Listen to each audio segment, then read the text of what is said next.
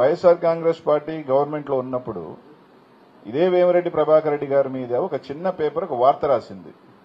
నాకు తెలిసి బీకేఆర్ సంబంధించి ఏదో ఒక చిన్న వార్త రాసింది. అది పెద్ద వార్త కూడా కాదు, ఏదో చిన్న వార్త రాస్తే అతన్ని కారెక్కించుకోబోయి కొట్టిన సంఘటన మీ అందరికీ, నాకు తెలిసి పత్రికా విలేకరులందరికీ తెలుసు. అది పెద్ద ఎత్తున, ఎందుకంటే చిన్న పేపర్ కాబట్టి వాళ్ళు ఏబిఎన్నో టీవీ5 లేకపోతే ఆ విలేకరుని కానీ చేస్తుంటే అది పెద్ద బ్లోఅవుట్ అయ్యిండేమో. కానీ ఒక చిన్న పత్రికా విలేకరులు కాబట్టి మీ పెద్ద పత్రికలు పాపం చాలా మంది పట్టించుకోకపోయిండొచ్చు, కానీ చాలా మందికి తెలుసు ఆ విషయం. ఒక చిన్న వార్త రాస్తే దాన్ని తట్టుకోలేక కారులో ఎక్కించుకోవెళ్ళి కొట్టి అతన్ని వీడియో కాల్ చేయించి క్షమాపణ చెప్పించిన సంఘటన మీ అందరికీ తెలుసు.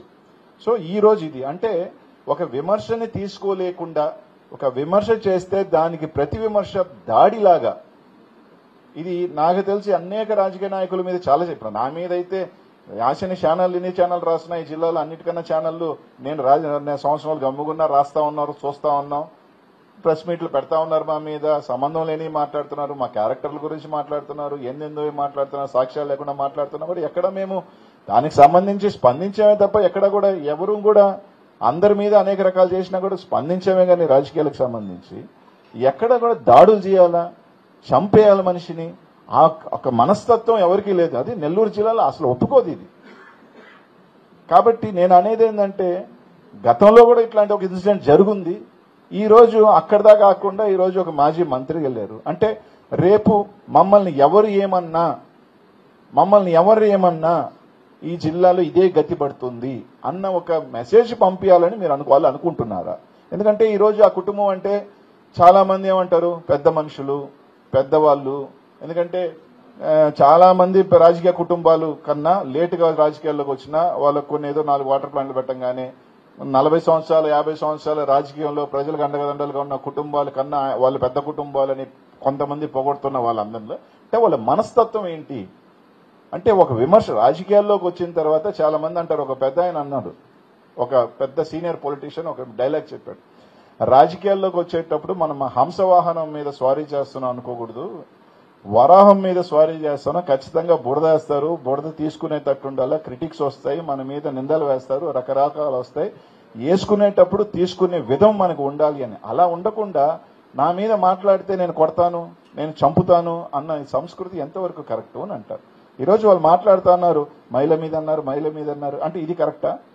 ఇది మాట్లాడే వాళ్ళు ఇప్పుడు ఒక మనిషిని చంపేస్తాం అనేది కరెక్టా? ఇప్పుడు చంద్రబాబు నాయుడు గారు కానీ పవన్ కళ్యాణ్ గారిని కానీ ఏమన్నా అంటే మమ్మల్ని చంపేస్తారా? వాళ్ళని చంపేయాలనేది కరెక్ట్ అంటున్నారా? ఇప్పుడు మాట్లాడే వీళ్ళందరూ కూడా కరెక్ట్ అంటున్నారా? గతంలో రోజమ్మ మంత్రిగా ఉంది, ఎమ్మెల్యేగా ఉంది, ఆ రోజమ్మ గారి మీద ఎన్ని మాట్లాడారు, రకరకాల మహిళల మీద మాట్లాడారు, ఎక్కడ మాట్లాడట్లేదు ఇప్పుడు. సరే నేను అనేది ఈ పార్టీ వాళ్ళు ఆ పార్టీ వాళ్ళని పక్కన పెట్టండి, ఈ పార్టీ వాళ్ళు సోషల్ మీడియాలో ఆడ మాట్లాడుతూ ఉంటారు, ఆ సోషల్ మీడియా వాళ్ళు ఇక్కడ మాట్లాడుతారంటే ఇది పాలిటిక్స్ అట్లా అయిపోయి ఉండొచ్చు. కానీ ఇది కొత్త తరం నెల్లూరు జిల్లాకి.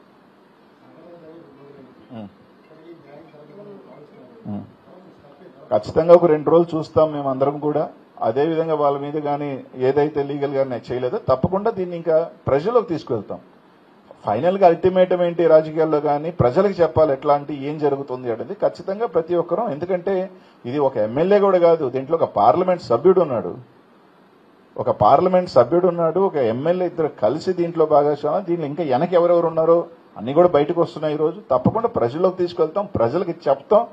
ఎందుకంటే కేసు కడతారా కట్టదే లీగల్ ఆస్పెక్ట్ ఒకటి చూస్తాం, తప్పకుండా లీగల్ ఇష్యూస్ ప్రకారం లీగల్ గా పోతాం. రెండోది ప్రజలు న్యాయ నిర్ణేతలు కాబట్టి ప్రజల్లోకే వెళ్ళి చెప్తాం అనమాట. ఎందుకంటే ఫైనల్ గా ఇది ఎందుకంటే వాళ్ళ గవర్నమెంట్ ఉంది, వాళ్ళకి అసలు సంబంధం లేదు, ఎవరో ఏదైనా చేస్తేనే వాళ్ళ నాయకుడి మీద కేసు పెడుతున్నారు కదా గవర్నమెంట్ లో. ఇప్పుడు మాచర్లు ఉంది, తెలుగుదేశం చంపుకుంటే వాళ్ళ మీద సంబంధం లేని వైసీపీ వాళ్ళని తీసుకొచ్చి మాచర్ల మాజీ ఎమ్మెల్యే మీద వాళ్ళ తమ్ముడి మీద మర్డర్ల కేసులు పెట్టారు. తెలుగుదేశం వాళ్ళు చంపుకుంటే అట్లా ఎక్కడెక్కడో కేసులు పెడుతుంటే సాక్షాత్తు ఎమ్మెల్యేనే చెప్పింది, మేము చెప్పేది కాదు ఇక్కడెక్కడ మేము అలిగేషన్స్ ఓకే మాకున్న అనుమానాలు మేము అలిగేషన్స్ చేసే పనితే మీ ప్రెస్ ముఖంగానే ఆమె 4 స్టేట్మెంట్స్ ఇచ్చింది. ఫస్ట్ మాకు సంబంధం లేదు అభిమానులు అనింది, దాన్ని ఖండిస్తున్నాననింది. తర్వాత ఏం చెప్పింది, మా మనుషులకు పోతే మేమే ఫోన్ చేసాం వెనక్కి రమ్మన్నాము అని చెప్తుంది, వాళ్ళే పగలు కొట్టుకున్నారని చెప్పింది. తర్వాత ఇంకో ఏమో ఇన్ఫర్మేషన్ వచ్చింది వెళ్ళిపోయాడేమో ప్రసన్న కుమార్ రెడ్డి. అంటే మీ ఆలోచన ఏంటి? ఉన్నాడు, మీరు పోయి చంపేయండి, మోపు కింద పోద్ది, దుమ్మి కింద పోద్ది. 200 మంది పోయి ఒక మనిషిని కొట్టి చంపేస్తే అది దుమ్మి. ఏమంటారు, ఇలాగే చెప్తారు మా అభిమానులు ఎవరో, ఏముంది వాళ్ళ ఫీలింగ్ ఏదో డబ్బులు ఉన్నాయి, ఎవరో ఒకరు చేస్తే ఒక 20 కోట్లు 10 కోట్ల రూపాయల డబ్బులు ఇస్తే వాళ్ళు మాఫీ అయిపోతుంది అంటే. కాంట్రాక్ట్ కిల్లింగ్స్ ఏంటి? 10,000 రూపాయల కోసమే కదా ఒంగోలులో ఒక మర్డర్ జరిగింది, 50,000 రూపాయలు ఎంతో మర్డర్ జరిగింది. ₹1,00,00,000 20 కోట్లు మాది కాదు అనుకుంటే ఎట్టా? అధికారం వాళ్ళు ఉంది కాబట్టి మా మీద కేసులు పెట్టరు, వీళ్ళ మీద ఏదైనా 10 మందిని అటాచ్ చేసేసి చంపేసేయండి, 10 కోట్లు కాకపోతే 20 కోట్లు ఇస్తాం. అలాగే కనిపిస్తుంది కాన్స్పిరెన్సీ. ఎందుకంటే ఆమె చెప్పిన మాటల్లో, మేము చెప్పింది కాదు ఇదంతా, ఆమె చెప్తుంది. వెళ్ళిపోయాడేమో అంటే మీరు వేసిన స్కెచ్, మీలో ఎవరో ర్యాట్, మీలో ఏ ఎలుకో మాకు ఇన్ఫర్మేషన్ ఇచ్చింది, ఆయన వెళ్ళిపోయాడు అనేది కదా ఆమె చెప్తుంది. ఇది క్లియర్ కదన్నా.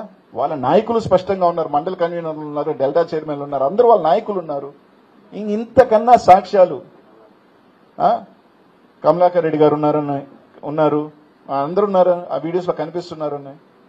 అక్కడ రోడ్డు తీసుకొచ్చింది ప్రసన్న అయితే నేను తీసుకొచ్చామని చెప్పారు. కాదమ్మా మేము తీసుకొచ్చాం, అప్పుడు అనిల్ కుమార్ యాదవ్ ఉన్నప్పుడు ఏదో కలిసి తీసుకొచ్చామని చెప్పి మాట్లాడారు, నువ్వేదన్నా ఉంటే చెయ్యి కానీ అని చెప్పారు. దానికి వెంటనే ఏం చెప్పింది, నువ్వు పర్సంటేజ్ల మంది సరే వ్యక్తిగతం అన్నారు. ప్రసన్న అప్పటికేది అది వ్యక్తిగతమా రాజకీయమా? అది నేను అప్పడుగుతా, నేను 2 లక్షలు అడుగుతాను, 5 లక్షలు అడుగుతాను, 10 లక్షలు అడుగుతాను, 100 రూపాయలు అడుగుతాను, అది నా వ్యక్తిగతం. అది ఎక్కడైనా రాజకీయానికి కానీ ప్రజలకు సంబంధించింది ఉందే. దాన్ని ఆయన క్యారెక్టర్ అసాసినేట్ చేయటం అనేది ఎవరు చేసింది? ఎవరు ప్రొవోకేట్ చేశారు? వాళ్ళు చేశారు ప్రొవోకేట్. రెండోది, ఒకసారి పోయి ఇళ్ల పట్టాల్లో దోపిడీ అని రకరకాలని ఎవరు ఒక సంవత్సరం రోజులుగా ప్రసన్న ప్రొవోకేట్ చేసిన మీరు వీడియోస్ తీయండి. ఎన్నిసార్లు ప్రసన్న మాట్లాడాడు 1 year లో, ఆమె ఎన్నిసార్లు సంబంధం లేని విషయాలలో మీకు మ్యాండేట్ ఇచ్చారు, 40,000 పైచీలకు ఓట్లు ఇచ్చారు, మంచి చెయ్యి. మైపాడ్ రోడ్ ఆయన తెచ్చాడు, నేను చేశానని చెప్పింది.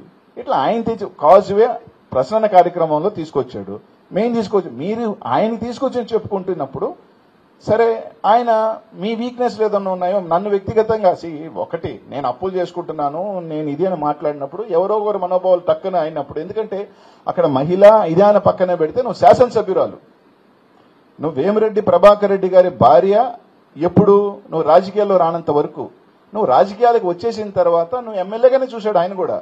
ఎమ్మెల్యేగా చూసినప్పుడు మేబీ ఆయనకు అనుండొచ్చు నన్ను వ్యక్తిగతంగా నా క్యారెక్టర్ అసాసినేట్ చేసినప్పుడు నాకు సంబంధించి ఏమన్నా ఆయనకి ఏమైనా ఉన్నాయని అనిపించి ఆయన మాట్లాడి ఉండుండొచ్చు. అది ఎవరికైనా ఒక్కొక్కసారి రావచ్చు. ఎందుకంటే ఇప్పుడు మీరు ఉన్నారు, మిమ్మల్ని ఎవరైనా అంటారు పట్టుకుని ఎట్టంటే మీరేమంటారు, వాళ్ళు ఇలా తప్పులు చేశారు కదా, వాళ్ళు మాట్లాడాలని అనుకోవచ్చు కదా. దాంట్లో అట్లాంటప్పుడు జెండర్ అనేది రాదు కదా. అంటే నేను మహిళ కాబట్టి ఇప్పుడు ఆమె మాట్లాడింది, నేను అనిల్ కుమార్ యాదవ్ వాడేమన్నా అడుక్కుతింటున్నాడా, వాడు జైలుకు పోతాడు, నేను ఆమె కన్నా 2 సార్లు, నేను వయసులో చిన్నోడిన కాదు సర్లే, పెద్ద ఆమె నన్ను మాట్లాడినా ఓకే నేను లైట్ తీసుకుంటాలే పర్లేదు, ఎందుకంటే దీవెనలుగా అనుకుంటా, నేను 60 సంవత్సరాలు పైబడిన ఆమె నన్ను కానీ ఒకవేళ నిజంగా వాడో గీడో రేయో తొక్కో ఏమన్నా కూడా నేను దీవెనలు కంటే పోనీలే పెద్దామని అనుకుంటా. కానీ నా వయసు చిన్నదైనా నేను 2 సార్లు ఎమ్మెల్యేగా చేశా, 4 సార్లు పోటీ చేశా, మంత్రిగా చేసిన ఒక మహిళగా ఆమె సంస్కారం ఏంటి?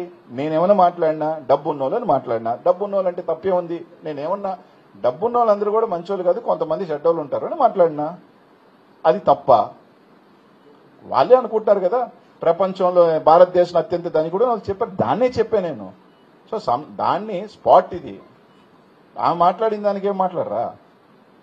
కాబట్టి దీంట్లో తప్పొప్పులు అనేది ఒక్కొక్కసారి జరుగుతాయి, దానికి తగ్గట్టు లీగల్గా కేసు పెట్టండి, డిఫమేషన్ వేసుకోండి, లేదా మీరు ధర్నా చేయండి, మీరు ప్రజల్లో ధర్నా చెప్పుకోండి, ఇంటింటికి తీరి ఇలా ప్రసన్న కుమార్ రెడ్డి మమ్మల్ని అన్నాడని చెప్పండి, మంచిదే. అంతేగాని ఇంటికి ఒకవేళ నిజంగా 200 మంది ఆ పెద్దానికి ఏమైనా జరుగుంటే,